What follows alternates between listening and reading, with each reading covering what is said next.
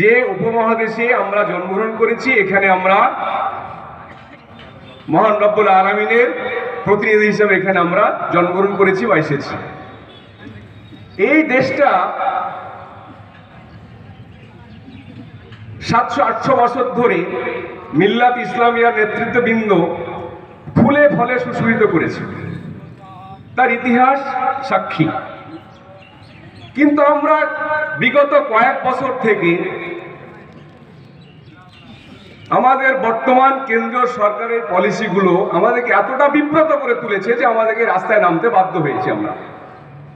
আপনারা জানেন, কখনো এনআরসির নামে, কখনো 3 তালাকের নামে, কখনো ইউনিফর্ম সিভিল কোডের নামে, কখনো মন্দির মসজিদের নামে, আবার আমরা এই মুহূর্তে দেখছি ওয়াকফ বিল সংশোধনের নামে একটা কওমের প্রতি সংবিধান স্বীকৃত যে স্বাধীনতা এবং যে অধিকার দেওয়া হয়েছে সেটাকেও ছিনিয়ে নেওয়ার জন্য সমস্ত রকমের পায়তারা করছে। এটা একটা স্বাধীন দেশের নাগরিক হিসাবে সংবিধান স্বীকৃত অধিকারকে আমরা পেতে চাই এবং আমরা আমাদের সমাজে, আমাদের দেশে বাস্তবায়ন করতে চাই। এটা আমাদের ন্যায্য অধিকার এবং সংবিধান স্বীকৃত।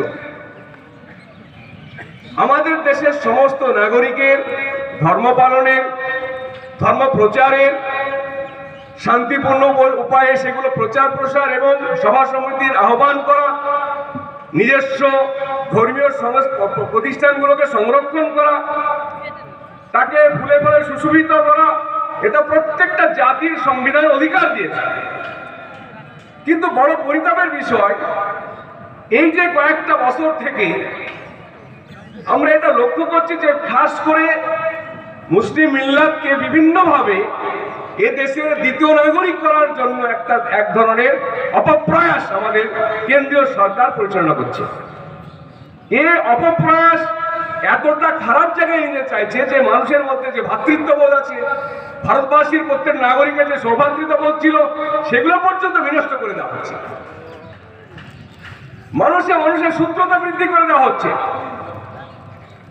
যে জাতি, যে দেশ গড়ার জন্য তারা সবকিছু করলো, তাদেরকে যদি আপনি অপরাধের কারণে দাঁড় করার চেষ্টা করেন, এটা যে কত বড় অপরাধ এটা আপনার জানা নাই। জাতি এটা ক্ষমা করবে না, কোনো জাতি ক্ষমা করবে না, ভারতবর্ষের জনগণ এটা ক্ষমা করবে না।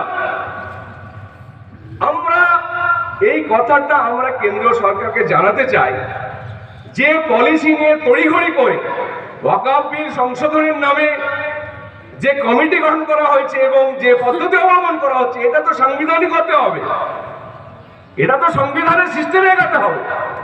এই সিস্টেমকে ব্রেক করে অন্য সিস্টেমে সেটাকে যদি চাপিয়ে দেওয়া হয়, সেটা ফ্যাসিস্ট হবে।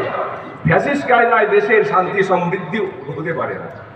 আমরা এটাও লক্ষ্য করছি যে আপনাদেরকে আমি এটা স্মরণ করে বলছি, আমাদের সম্মানিত সভাপতি আছেন, আমাদের অন্যান্য অতিথিবৃন্দ আছেন, যারা এসব বিষয়ে ডিটেলস বলবেন, ব্যাখ্যা সহ বলবেন। আমি এতটুকু বলতে চাই যে যারা মিল্লাত ইসলামিয়ার জনগণ